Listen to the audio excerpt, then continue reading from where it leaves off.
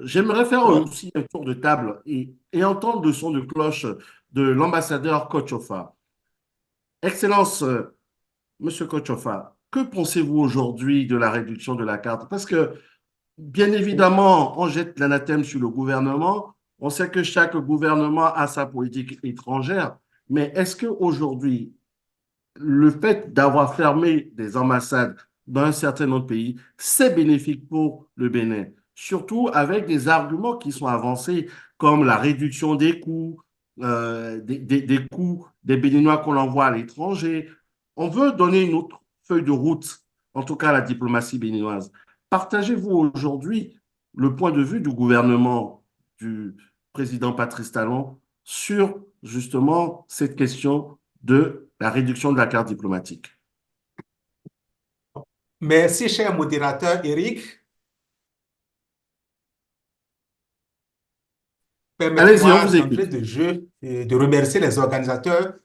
Je dis merci, le modérateur. Vous m'entendez bien maintenant? Oui, oui, on vous entend très bien. Allez-y. C'est bon, vous m'entendez? Très bien. OK. Section Donc, je vais 17. commencer d'entrée de jeu par remercier les organisateurs de ce merveilleux webinaire. Je veux remercier tous ceux qui, de loin ou de près, se sont joints à nous pour réfléchir ensemble sur une thématique d'actualité pour notre pays commun, le Bénin. Merci d'être connectés, chers compatriotes. D'être une simple formalité se veut très objectif et devra permettre de donner nos points de vue honnêtes sur ce qu'est la diplomatie béninoise hier et aujourd'hui. Revenant sur votre question, monsieur le modérateur, la réforme de la carte diplomatique en général a-t-elle renforcé la diplomatie de notre pays dans le monde ou non? La réponse à cette question ne peut se baser que sur une comparaison objective, sur des statistiques concrètes, sur des chiffres et forcément sur une analyse des résultats obtenus. Depuis les années des indépendances jusqu'en 2016, le nombre de représentations diplomatiques béninoises, le nombre des ambassades et consulats et a atteint le chiffre, monsieur le modérateur, de 36 représentations, dont 34 ambassades et non, 32 ambassades et 4 consulats sur les 194 pays que nous avons dans le monde entier. À partir de 2016, le nombre des ambassades subit drastique jusqu'à 10 avant de remonter un peu à 17 représentations à nos jours, On vous dont avait pas 14 entendu. ambassades. Vous ne On vous m'entendez avait pas? perdu un peu, Excellence, Monsieur Kochofa. Donc, vous pouvez reprendre. Vous disiez tout à l'heure Bon, qu'on est maintenant, parti c'est de bon. 36 ambassades à une dizaine. Ensuite, on est remonté à 15. C'est bien ça? À 17, À 17, d'accord. on est remonté à 17 représentations à nos jours, dont 14 ambassades, 2 consulats et une représentation permanente à New York. À bien analyser la carte diplomatique, que nous avons au total seulement 3 ambassades en Afrique,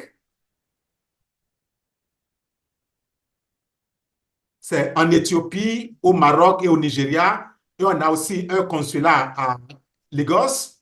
Ensuite, sur le continent américain, nous avons aussi 3 ambassades au Brésil, à Cuba et aux USA, et une représentation permanente à New York, comme je le disais tantôt. Dans toute l'Europe, le Bénin a 2 ambassades. 2 ambassades, une en France et une en Russie. Enfin, le Bénin dispose de 6 ambassades en Asie. L'ambassadeur Zomaou a expliqué les problèmes là-bas. Nous avons 6 ambassades en Asie. C'est en Chine, au Japon, au Koweït, au Qatar, en Arabie Saoudite, aux Émirats Arabes Unis et nous avons un consulat à Dubaï. Donc, au total, 17. Chers compatriotes,